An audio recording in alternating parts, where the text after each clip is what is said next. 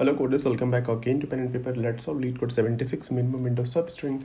The problem is very simple. You are given a two-string S and T and you have to find the minimum length substring in S such that all the character in T are present in that particular substring and frequency should also match. So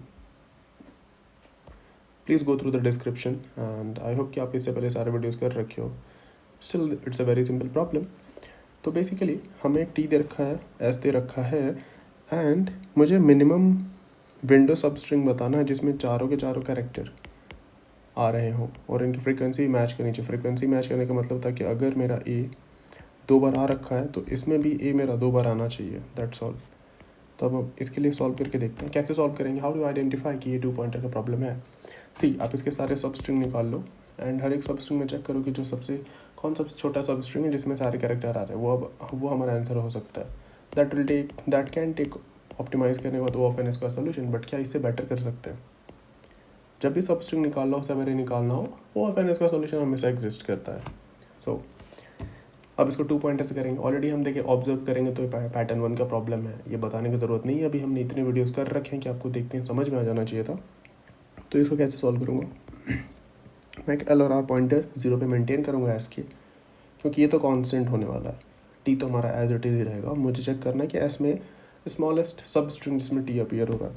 तो मैं are को तब तक increment करूँगा जब तक मुझे T के सारे कैरेक्टर मिल जाए, ए ई बी जी.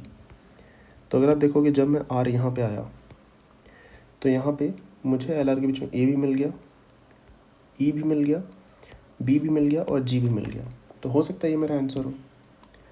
पॉसिबल हो सकता है कि ये जो डिस्टेंस है ये मेरा आंसर हो सकता है.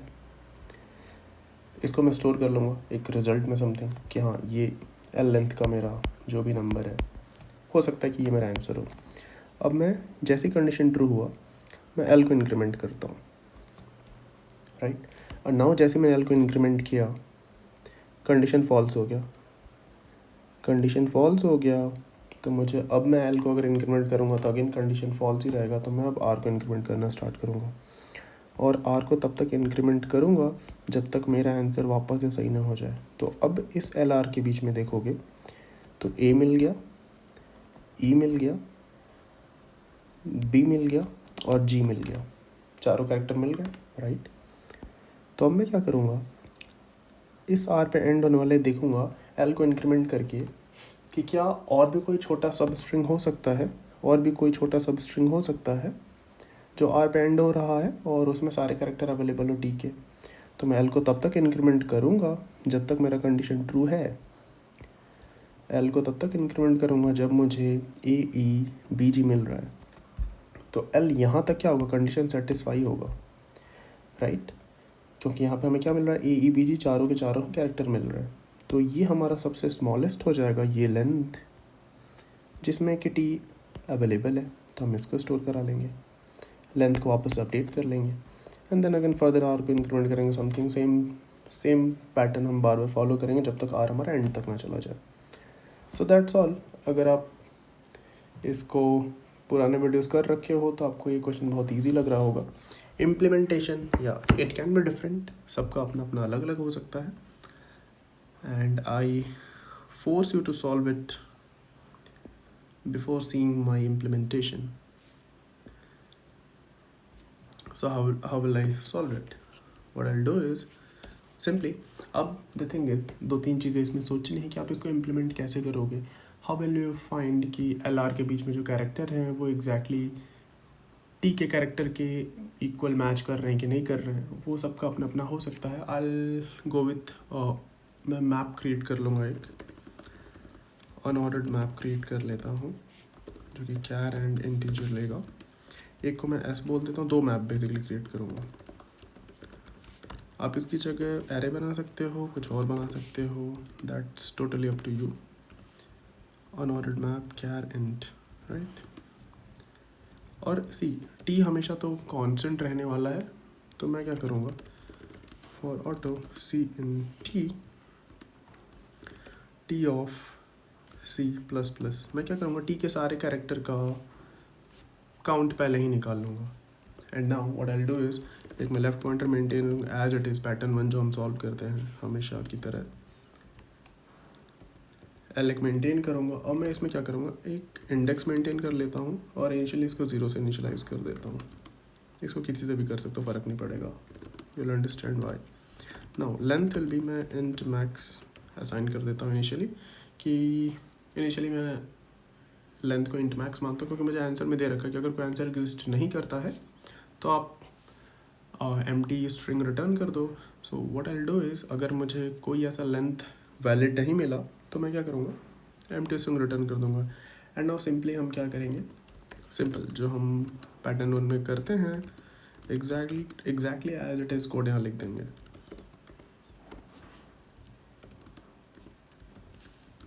आर को एक से इंक्रीमेंट करेंगे एंड हर एक आर पे क्या चेक करेंगे, हर एक आर पे पहले तो फ्रिक्वेंसी अपडेट कर लेंगे हम एस में, S of r plus plus, and now I will check sorry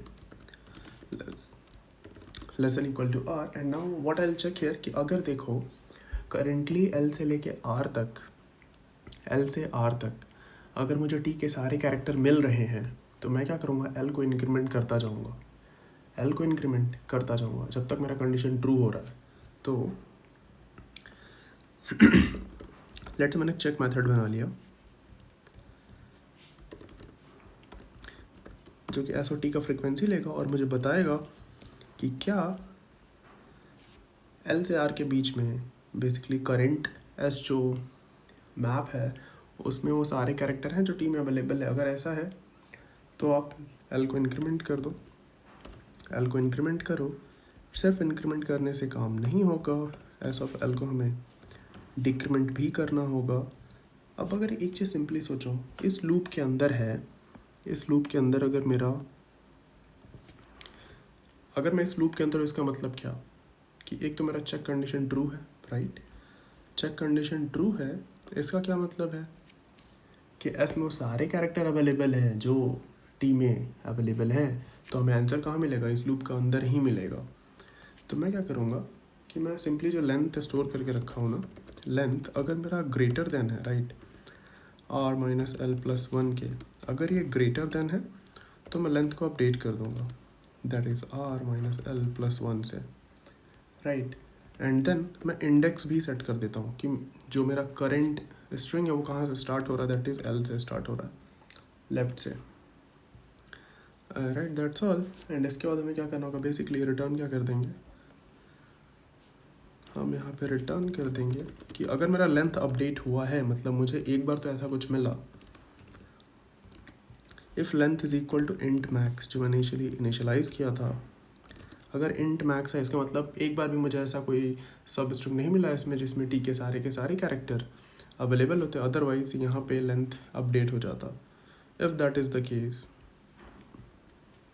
तो आप एम्प्टी स्ट्रिंग रिटर्न कर दो, और एल्स आप क्या करो, S dot sub S T R कहाँ से स्टार्ट होगा, इंडेक्स है, कितना लेंथ का, length, this is all we have to return, that's all we have to do. Now हमें करना क्या है, सिंपल चेक फंक्शन को इम्प्लीमेंट करना है। लेट्स डू इट क्विकली, एक बूल मेथड बना लेते हैं चेक करके,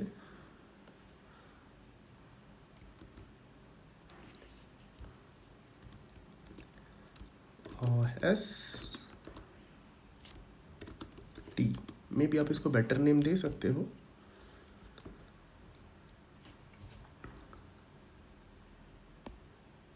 हमेशा ही आप वेरिएबल के नेम बेटर दे सकते हो इंटरव्यू में, दैट विल हेल्प करता ही है, इंटरव्यू को अच्छा लगता है। बट अभी के लिए मैंने सिर्फ कैपिटल एस कैपिटल टी दे दिया रिप्रेजेंट करने के लिए।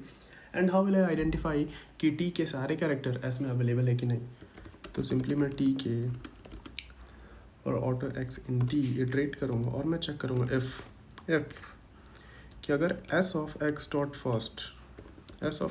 फर्स्ट अगर ये छोटा है एक्स डॉट सेकेंड के, मतलब टी में जो उस पर्टिकुलर कैरेक्टर का काउंट है, फ्रीक्वेंसी है, अगर वो ज़्यादा है एस के, एस में कम है तो आप क्या करो, फॉल्स रिटर्न कर दो, अदरवाइज आप लोग ट्रू रिटर्न कर दो, that's all you have to do. Hopefully हमने कोई सिंटेक्स मिस्टेक नहीं करा, जो हमने सोचा था यहाँ पे इम्प्लीमेंट करा। Let's see if it works. Okay, accept हो गया, सबमिट करते हैं।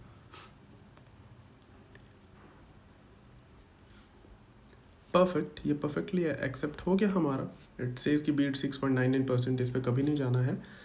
इसमें और फर्दर को ऑप्टिमाइज़ कर सकते हैं। मैप की जगह हम ट्राई कर सकते हैं एरे यूज़ करने का। That is pure your implementation difference. This is mine one. ये कोड थोड़ा रीडेबल है एंड इंटरव्यूअर को भी काफ़ी पसंद आएगा अगर इस तरीके से आप कोड लिखते हो तो। So yeah, that's all in this video. Do like this channel and subscribe to this channel and like this video. Take care. Bye bye.